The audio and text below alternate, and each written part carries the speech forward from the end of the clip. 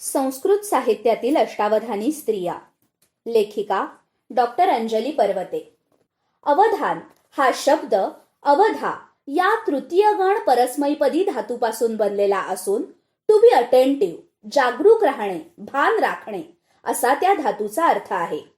साहजिकच अवधान म्हणजे भान, जागरूकता होय. या अवधानाचा संबंध आपल्याकडे साऱ्याच मोठ्या माणसांनी ऐहिक आणि पारमार्थिक सुखाशी, प्रगतीशी जोडलेला आहे.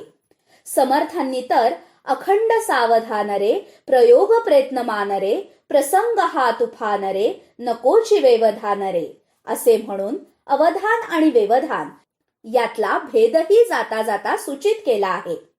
सावधान म्हणजे अवधानासह असणे, भानावर असणे, आणि व्यवधान म्हणजे विगतम अवधानम यस्य सहा, ज्याचे भान सुटले आहे असा. जेव्हा एखादा तुफान म्हणजे कठीण प्रसंग असतो, संकट काळ असतो, तेव्हा भानावर असण्याने जी कामे होतात ती भान सुटण्याने होत नाहीत. म्हणूनच अवधान महत्वाचे असते, कोणत्याही प्रयोगात वा प्रयत्नातही. रसिक हो, अवधान शब्दावरून विचार करताना मी समर्थ विचारात शिरले हे तर खरेच, पण त्याच वेळी मला शुभमंगल सावधान असे शब्द ऐकताच श्री समर्थ लग्न मंडपातून निघाले ती घटनाही आठवली.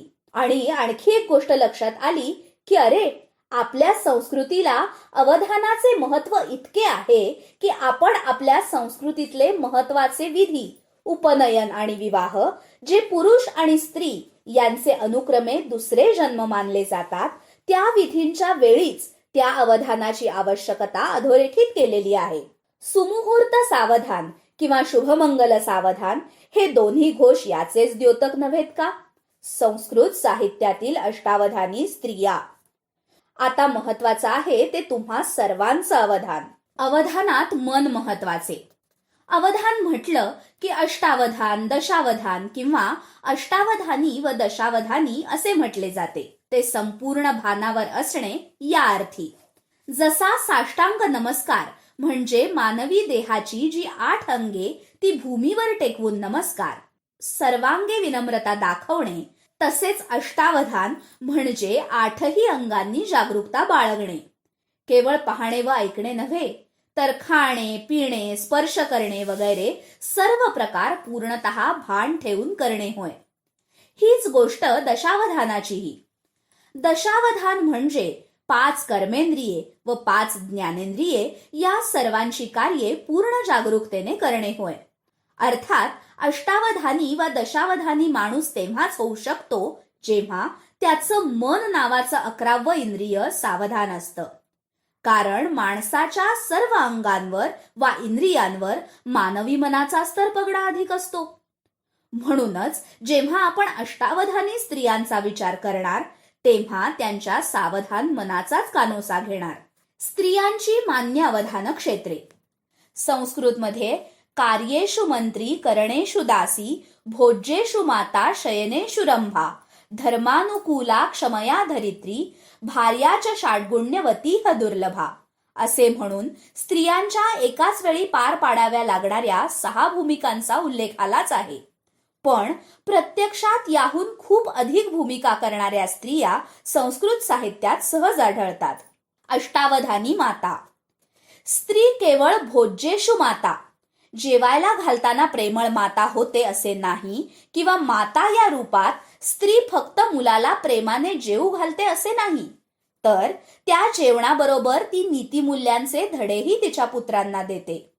अशा मातांमध्ये वैदिक काळातील सत्यकाम जाबालाची माता मला आठवते. ती केवळ मुलाचे शरीर भरण पोषण करण्याबाबत जागरूक नाही, खरे तर अनेक थोरा मोठ्यांच्या घरी दासी भावाने राहिलेली एक सामान्य स्त्री असते जबाला. लहान सहान कामे करून जगणारी ही स्त्री आपल्या वाट्याला आलेल्या क्षुद्र जिण्याबाबत दुःख करताना दिसत नाही. तिचा मुलगा मोठा होतो आहे, त्याला शिकवलं पाहिजे याचं तिला भान आहे.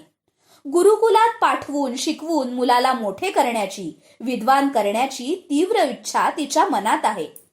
म्हणून ती मुलाला गौतम हरिद्रुमत यांच्या आश्रमात पाठवते.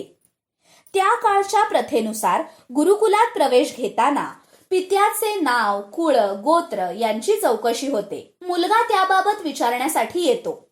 त्यावेळी सदसद विवेक बुद्धी पूर्ण जागी असलेली ती स्वतःचा दासीभाव, त्यातून झालेला मुलाचा जन्म याबाबत खरी परिस्थिती हरिद्रुमतांना सांगण्यास मुलाला सांगते.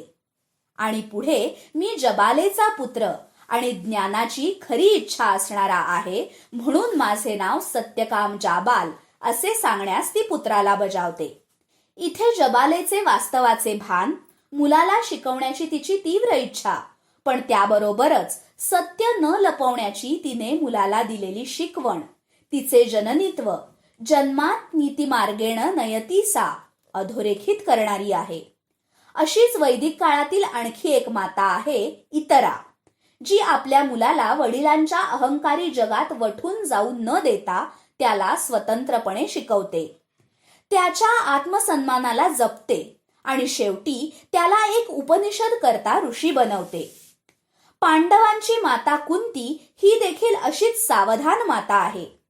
अगदी लाक्षागृह प्रसंगापासून ते पुढे निर्णायक युद्धापर्यंत मुलांच्या हिताचे तिचे भान सुटलेले नाही. आणि लहानपणापासून अगदी दुर्वासांची सेवा करण्यापासून ते अखेर गांधारी धृतराष्ट्राबरोबर वनात वणव्याला सामोरे जाण्यापर्यंत स्त्रीला कराव्या लागणाऱ्या विविध भूमिकाही तिने खूप जागरूकपणे पार पाडलेल्या आपल्याला दिसतात. अगदी माद्रीशी आपल्या सवतीशी आपल्याला मिळालेला दैवी वर वाटून घेतानाही ती कचरलेली दिसत नाही. माद्रीच्या मागे तिच्या नकुल सहदेवांना तिने भीम अर्जुनाहूनही अधिक काळजीपूर्वक सांभाळलेले दिसते. द्रौपदी स्वयंवर प्रसंगी तिने 5 पांडवांनी एकत्र राहावे म्हणून मिळालेली भिक्षा 5 सारखी वाटून घ्या, हा दिलेला आदेश तिच्या अष्टावधानावरच प्रकाश टाकणारा आहे. धृतराष्ट्रासारखे आंधळे प्रेम तिने मुलांवर कधीच केले नाही. म्हणूनच वनवास काळी एका गरीब ब्राह्मणाच्या पुत्राला बकासुराच्या तावडीतून वाचवण्यासाठी तिने आपल्या पुत्राच्या सामर्थ्यावर आत्यंतिक विश्वास ठेवून त्याला निर्भय मनाने पाठवले. तिच्याच सारखी मुलाला निर्भय बनण्याची, कर्तव्य करण्याची शिकवण देणारी एक विदुला नावाची माताही आपल्याला भेटते. शत्रूकडून पराजित झालेल्या आणि आत्मविश्वास हरवून बसलेल्या आपल्या संजय नामक मुलाला ती नावे ठेवते, त्याची भ्याड म्हणून निर्भत्सना करते आणि शत्रूला चांगल्या प्रकारे धडा शिकवणाराच खऱ्या अर्थाने पुरुष असतो तेव्हा उठ आणि युद्ध कर असे ती परखड शब्दात बजावते. संजय तिला भावनिक दृष्ट्या कमकुवत करण्याचा प्रयत्न करतो, पण ती अजिबात विचलित होत नाही. थोडक्यात ती जशी पुत्रावर प्रेम करणारी आई आहे, तशीच ती पुत्राला निर्भीड बनवणारी, त्याला योग्य मार्गाने नेणारी जननीही आहे. अष्टावधानी पत्नी. माते इतकीच पत्नी म्हणूनही स्त्री महत्वाची असते. पतीच्या आयुष्यात ती गृहिणी, सचिव, सखी अशा विविध भूमिका पार पाडत असते. अशा काही स्त्रियांमध्ये महत्वाच्या आहेत अहल्या, द्रौपदी, सीता, तारा, मंदोदरी. या पंचकन्या ज्या नित्य स्मरणात असाव्यात असे मानले जाते. अहल्या ही गौतम ऋषींची पत्नी, अतिशय पतिव्रता, पतीला जे हवे तेच करणारी, कसोशीने त्याचा नित्यक्रम सांभाळणारी. तिला इंद्र फसवतो आणि तिला त्याचे फळ भोगावे लागते. द्रौपदी ही खरे तर अर्जुनाने स्वयंवराचा पण जिंकून मिळवलेली पत्नी, पण कुंतीच्या सूचनेनुसार तिला 5ही पांडवांची पत्नी व्हावे लागते. प्रत्येकाबरोबर साधारण 2 महिने असे आपले आयुष्याचे गणित बसवावे लागते. युधिष्ठिराच्या मवाळ धोरणामुळे खूप अपमान, खूप अवहेलना सहन करावी लागते. अग्निगर्भा असूनही पांडवांच्या हितासाठी सतत चंद्रप्रभा व्हावे लागते. संपूर्ण महाभारतात ती या प्रकारे स्वतःला सांभाळताना दिसते, पण त्याच वेळी अधूनमधून ती युधिष्ठिराला ततो युद्धाय युज्यस्व असेही परखडपणे सुनावत असते. मम्मटाच्या शब्दात सांगायचे तर तिचा कांता संमित उपदेश कधी युधिष्ठिराला हिताचे बोल म्हणून सुरू असतो, कधी भीमार्जुनाला सांत्वनाच्या मिशाने होताना दिसतो. मात्र तिचे पत्नी म्हणूनचे अष्टावधानी रूप महाभारताच्याच एका पर्वात खूप रंजक स्वरूपात प्रकटते, ते सत्यभामेशी तिचा जो संवाद होतो त्यातून. सत्यभामेला प्रश्न असतो, आपल्यावर प्रेम करणारा एकटा कृष्ण आपल्याला सांभाळता येत नाही, आपल्याला सोडून त्याने इतरत्र न जावे असे घडत नाही. मग या द्रौपदीचे 5-5 पती असूनही ते सारे कसे कायम तिच्या भोवती असतात, कसा सारखा तिचाच विचार करतात? एखादा वशीकरण मंत्र असेल का तिच्याकडे, की जो असे काही घडवू शकतो? ती तिला विचारतेच, तेव्हा द्रौपदी तिला जे सांगते ते तिच्या अष्टावधानाचे द्योतक आहे. तो सारा संवाद मुळातून वाचण्यासारखा आहे. द्रौपदी तिला सांगते की असा कोणताच वशीकरण मंत्र नाही आणि नसतोही. मी फक्त इतकंच करते की पतींना आणि त्यांच्या आप्तांना आदराने वागवते, त्यांचं मन जिंकते. मात्र हीच द्रौपदी वस्त्रहरण प्रसंगी केवळ आपल्या पतींच्या चुकीच्या वागण्याचीच निर्भत्सना करते असं नाही, तर सभेतले जे गुरुजन शांतपणे तिथे चाललेला अन्याय पाहतात त्यांचीही ती निंदा करते. एक क्षत्रिय कन्या एका क्षत्राणीचा सभेत होणारा अपमान सहन न झाल्याने त्वेषाने बोलताना दिसते. तिची ही भर्त्सना वा पुढे कृष्णशिष्टाईपूर्वी कृष्णाला तिने कौरवांकडून अपमानित झालेले स्वतःचे केस दाखवून युद्ध मागून घेण्याची केलेली सूचना ही तिच्या पतींना युद्ध प्रवृत्त करण्यास कारणीभूत होते. थोडक्यात शक्य तितके पतींना सुखवणारे वर्तन आणि आवश्यक तेथे पतींचे प्रबोधन अशी विविध कामे द्रौपदी योग्य वेळी योग्य प्रकारे करते. म्हणूनच सर्व संकटातून ती स्वतःला व स्वतःच्या पतींनाही सही सलामत बाहेर काढू शकते. धृतराष्ट्रासारख्या स्वार्थी राजाने स्वतःच्या पुत्रांच्या कृत्याने ओशाळवाणे वाटून किंबहुना स्वतःच्या पत्नीकडून गांधारीकडून भर्त्सना झाल्याने उदारपणे वर देऊ केल्यावरही ती केवळ 2 वरांनी पतींचे स्वातंत्र्यच मागते आणि क्षत्रिय स्त्रीला फक्त 2च वर मागण्याचं स्वातंत्र्य असल्याचं सांगून स्वतःचे नीतिधर्माचे ज्ञान जागृत असल्याचे स्पष्ट करते. द्रौपदीची ही सारी रूपं तिचं अवधान अधोरेखित करणारी आहेत. सीता ही आपल्या पत्नी धर्माबाबतची जागरूकता रामापुढे प्रकट करते. ती राम कैकेयीच्या आदेशानुसार वनात जायला निघतो व सीतेला सासू सासऱ्यांची सेवा करत थांबण्याचा आदेश देतो तेव्हा. पत्नीला पतीशिवाय गती नाही, त्यामुळे आपण कितीही संकटांनी युक्त असला तरी वनवासाचाच मार्ग अनुसरणार, सासू सासऱ्यांची सेवा करण्यासाठी इतर अनेक लोक आहेत असे ती रामाला स्पष्ट सांगते. राजप्रासादा इतकीच सुखाने ती पर्णकुटीतही रामाबरोबर राहते. केवळ ऋषींना वचन दिले म्हणून वनातील हिंस्त्र प्राण्यांची हत्या वैर नसताना रामाने करू नये असा मोलाचा सल्ला ती देते. आपला शोध घेण्यासाठी आलेल्या मारुतीला तो जेव्हा आपल्या खांद्यावरून तिला रामाकडे नेण्याची तयारी दाखवतो तेव्हा स्पष्ट नकार देते. रावणाने आपल्याला उचलून आणले तेव्हा आपला नाईलाज होता, पण समजून उमजून परपुरुषाच्या खांद्यावरून जाणं आर्य स्त्रीला शोभणारं नाही याचं भान तिला आहे. तारा आणि मंदोदरी या दोन्ही स्त्रिया पत्नी धर्माला जागणाऱ्याच आहेत. वाली आणि रावण या आपल्या पतींना त्या हर प्रकारे साह्यभूत होतात, पण पती जेव्हा अयोग्य मार्गाने जात असल्याचे जाणवते तेव्हा त्या त्यांना अडवतात, समजावण्याचा प्रयत्न करतात. वालीला अचानकपणे जाऊन सुग्रीव युद्धाचे आव्हान देतो तेव्हा तारा वालीला सावध करते. सुग्रीवाला कमी लेखण्याची चूक न करण्याबाबत बजावते, पण तिचे न ऐकता वाली युद्धाला गर्वाने फुगून जातो व मृत्युमुखी पडतो. वालीच्या मृत्यूनंतर अंगदाला तीच सुग्रीवाचे पितृत्व पालकत्व मान्य करण्याचा सल्ला देते. त्याचे मन वळवते आणि जेव्हा सुग्रीव सीतेच्या शोधाचा विचार न करता आपल्याच सुखात मग्न झाल्याच्या जाणीवेमुळे क्रुद्ध होऊन लक्ष्मण सुग्रीवाच्या पारिपत्यासाठी येतो तेव्हा सुग्रीवाआधी ती लक्ष्मणाला सामोरी जाऊन सुग्रीवाची बाजू मांडते.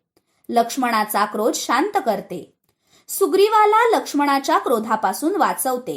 तारेच्या या सगळ्या क्रियाकलापांना अष्टावधान नाही तर काय म्हणायचे? क्षणिक अनवधानाचे फळ. मात्र या पत्न्यांचा विचार करताना एक गोष्ट लक्षात येते की यापैकी काहींचे अवधान काही काळापुरते केवळ पतींच्या बाबतीत नव्हे पण इतरांच्या बाबतीत थोडेफार ढळले. त्यामुळे they had to pay for it. अहल्येला क्षणमात्र मोह झाला. इंद्राचे कपट कळूनही ती क्षणभर शांत राहून त्याला वश झाली. म्हणून तिला पतीच्या शापाने शिळा व्हावे लागले. सीतेने मारीचाच्या कपटाला भुलून हा सीते, हा लक्ष्मणा धाव, हा स्वर रामाचा आहे असे मानून लक्ष्मणाच्या बोलण्यावर विश्वास न ठेवता त्याचीच भर्त्सना करून त्याला रामाच्या आज्ञेविरुद्ध वागण्यास भाग पाडले. एका अर्थी रामाच्या पतीच्या कर्तृत्वाबाबतचाच हा अविश्वास होता. त्यामुळे तिला अपहरण नाट्याला सामोरे जावे लागले. शिवाय तिने लक्ष्मणाने आखलेल्या मर्यादा रेषेचे भानही राखले नाही. त्यामुळे एका मोठ्या संकट परंपरेला तिला सामोरे जावे लागले. मयसभेतील चमत्कारांमुळे भांबावलेल्या व भासांमुळे पाय घसरून पडलेल्या दुर्योधनाला पाहून द्रौपदी हसली. तेव्हा तिचेही आपण क्षात्र स्त्री असल्याचे अवधान क्षणमात्र सुटले व ती एखाद्या सामान्य स्त्रीसारखी दुर्योधनाला मर्मभेदक बोलून हसली. त्या अनवधानाचा परिणाम म्हणून वस्त्रहरणासारख्या लाजिरवाण्या प्रसंगाला तिला सामोरं जावं लागलं व पुढे सर्वविनाशी युद्धाला सर्वच पांडवांना तोंड द्यावं लागलं. तारा व मंदोदरी यांना मात्र त्यांच्या अनवधानाने नव्हे तर त्यांच्या पतींच्या अनवधानामुळे संकटे भोगावी लागली.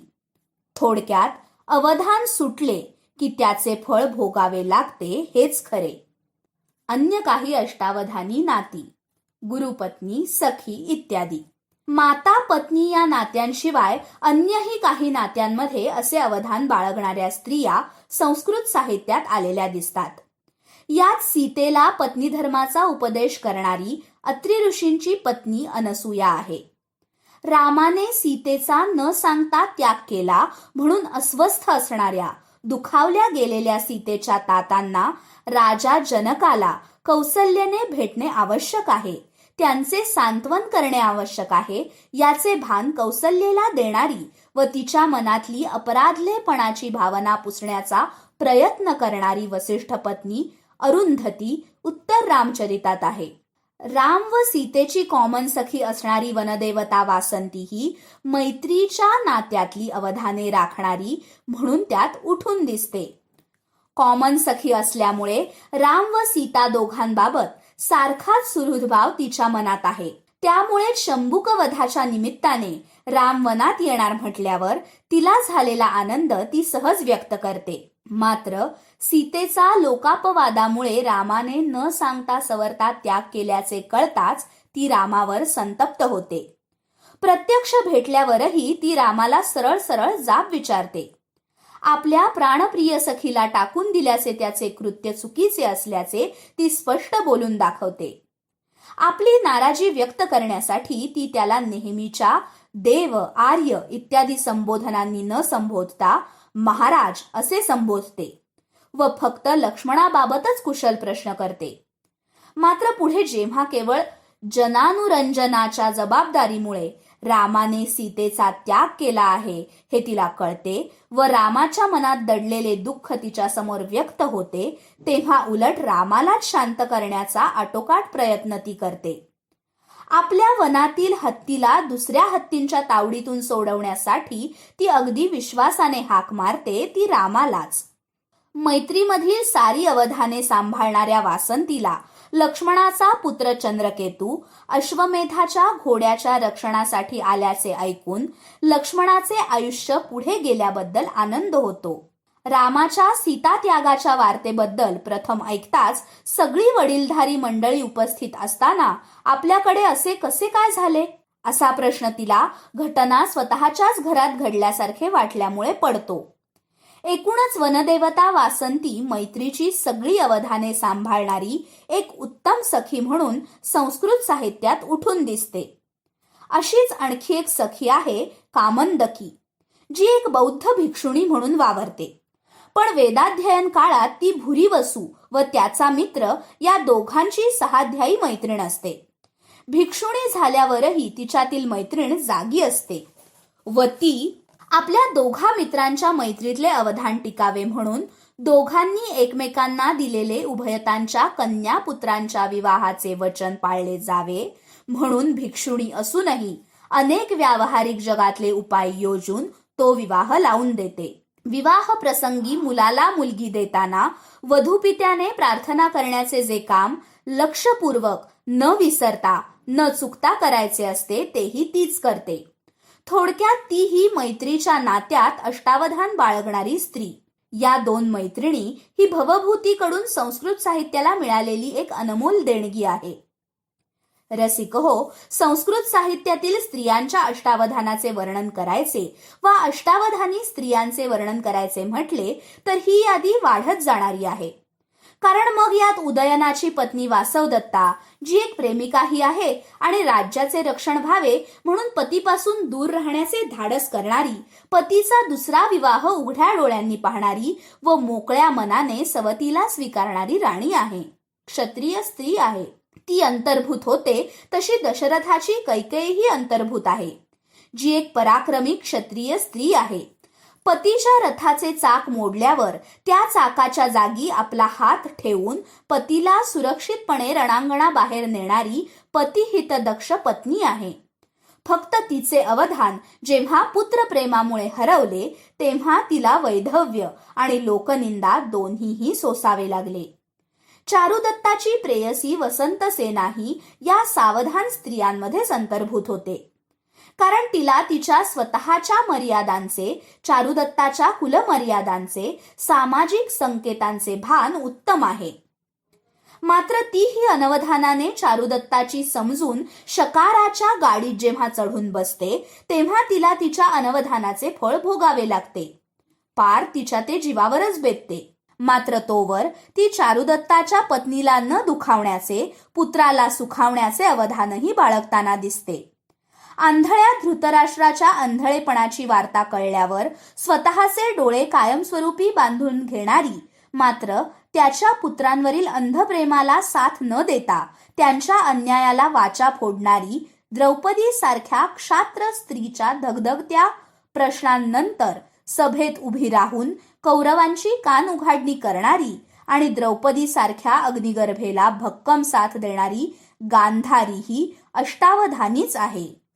थोडक्यात ही यादी न संपणारी आहे. या सर्व स्त्रियांचं खरं शस्त्र आहे ते अवधान. आयुष्यभर वेगवेगळ्या प्रकारे जपलेलं, वापरलेलं आणि मिरवलेलं ही अवधान. ते जोपर्यंत त्यांच्याबरोबर होतं तोवर त्या सन्मानाने राहिल्या, कीर्तिमान झाल्या, आदर्श ठरल्या. ते अवधान ज्या क्षणी ढळलं तो क्षण त्यांच्यासाठी घेऊन आला अपमान, अपकीर्ती आणि अपशब्द. पण बहुतांश स्त्रियांनी हे अवधान जीवापाड जपण्याचा प्रयत्न केला, दुसऱ्याला देण्याचाही प्रयत्न केला आणि म्हणूनच त्या वंदनीय, प्रातस्मरणीय ठरल्या.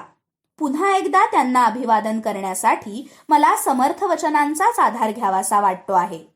म्हणून समर्थांच्याच शब्दात म्हणते, म्हणोनी सर्व सावधान, धन्य तयांचे महिमान. आणि हे अवधान तुम्हा आम्हालाही आत्मसात करता येवो, सांभाळता येवो, जीवा पलीकडे जपता येवो अशी शुभेच्छा.